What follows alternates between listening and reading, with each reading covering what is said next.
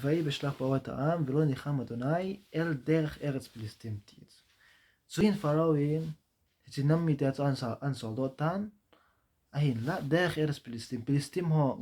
gamlanga kun ei puita povetis ei vel piva tui pingpeng tui pi ti va so tui pi san lang pa so ei pui eta tis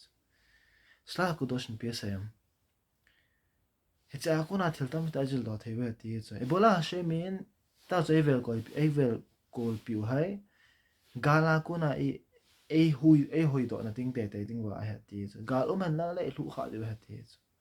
as Israel te tinga til khonal pathin chana ku na hi jil do ding le ta mai cha sta ku dos psm te ale Israel te yong hecha ku na til khawi ne til khona nei diu heading chu til se chon set ahong uma hi al chon set a thading lampi ahong uma le a hi thei chana ki su ha na ki kang se go ding pa cha pa poi mo cha nayong nai lo di chu lampi la do ka chi ta chu nunga khat ka ta poi ong ki sim ta chu pi bol de hai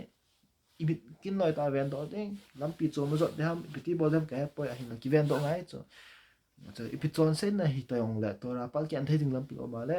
ke kang se do in de ti chu pathin yong lampi a misal te lampi a